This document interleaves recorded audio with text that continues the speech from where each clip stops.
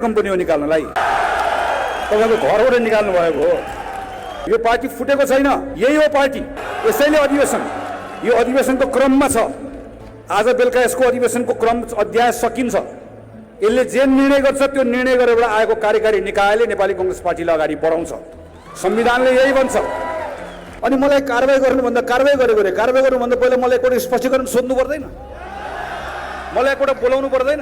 म यति विश्वासको साथ तपाईलाई भन्न सक्छु त कहाँबाट आएको थिइस् भन्दा काठमाडौँमा भएको गगन र विश्व सहभागी भएको विशेष महाधिवेशनमा सहभागी भएर आएको थिएँ भनेर भन्दै गर्दा एकजना पनि कांग्रेसको शिर निउरन्न।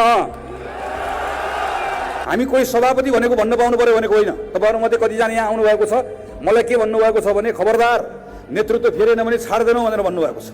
तपाईले त्यो भन्दै गर्दाखेरि तपाईले भन्नु खोज्नु भएको त सभापति हुनुपर्छ भन्नु खोज्नु भएको। तर मेरो ठाउँबाट मैले कहिले त्यसलाई त्यसरी लिइन।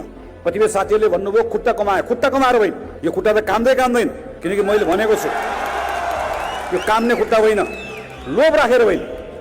पार्टीप्रतिको जिम्मेवारी हामीलाई कसैले आएर घरभित्र छिर भनेर छिरेको होइन कि आजबाट घरबाट जा भनेर हामी त्यहाँबाट जाने। म भनिरहेको थिएँ महामन्त्री विश्वप्रकाश शर्मालाई, हामीले ख्याल गर्नुपर्छ है भन्दै गर्दाखेरि होइन, कुराकानी भइरहेको छ, छलफल भइरहेको छ, हामी बसिरहेको छलफल गरिरहेको। तर हामीलाई छलफलमा अल्मलाएर अल्झाएर पहिले सबै तयारी गरेर निर्वाचन आयोगमा साथीहरूलाई ठक्क पठाएर हामीलाई अल्मलाएर दुईटा महामन्त्रीले अल्मलाएर त सक्नु होला। सिङ्गो देशभरिको कांग्रेसका कार्यकर्ताले कसरी अल्मलाउने हो?